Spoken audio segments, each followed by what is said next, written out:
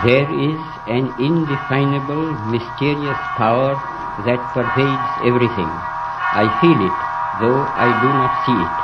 It is this unseen power. Граната, слушам се в сюрубо. Ушите ми долагат писка на есен шум. Шум запива се, реалността ми извратена. Психиката ми се скапа, вижте колко е лапилна захабена. Кой съм аз, какво съм дал и съм постигнал. Колко хора съм потонал и още колко съм настигнал. Черната ми сянка на гробища намира своя дом. Душата ми прогонена намира сън нощта по фон. Религия, будизъм, християнство, тероризъм. Твоята черна риза те подкани да поднасяш атеизъм. Аутизъм е твоята прогноза. В лекарския кабинет доктора предписва диагноза. 4 дена без да спирам, всичко в тебе окупирам. Чувствам се лабилен, гаден, долен, постоянно съм стресиран от това, което надирава, което ме забрава от това, което ми предначертава края. Назад, напред, назад, напред, назад, напред, мутам се обърнат вслед.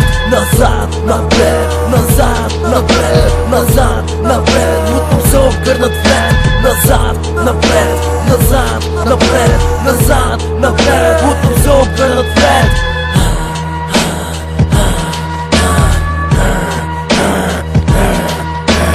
Господи, кажи ми дали съм силен или мога да живея синоними. Що обръщам се към Бога? Желая ли да го направя срещу болката, да се изправя, да се лутам мимо тая, за да не дочакам края. Който ме опиянява и потъвам в забрава, всичко бавно заминава, само мисълта не ме оставя. Халюцинирам, привижда ми се нещо друго. Искам да успея да приложа нещо грубо. Искам да живея собствената си съдба. Кармата красноречива друго начерта. Да не бъда себе си, да живея в горите, да летя над планините, в огъня да са ми скрите. Неведоми са пътищата Божии Господи. Армиите са безкрайни, по земи неплодородни, а мен остави ме войник студената тайга. В студна забравя, боря се в тишина.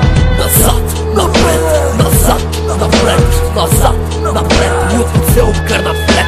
Назад, напред, назад, напред, назад, напред, мутвам се обгърнат вслед. Назад, напред, назад, напред, назад, напред, мутвам се обгърнат вслед.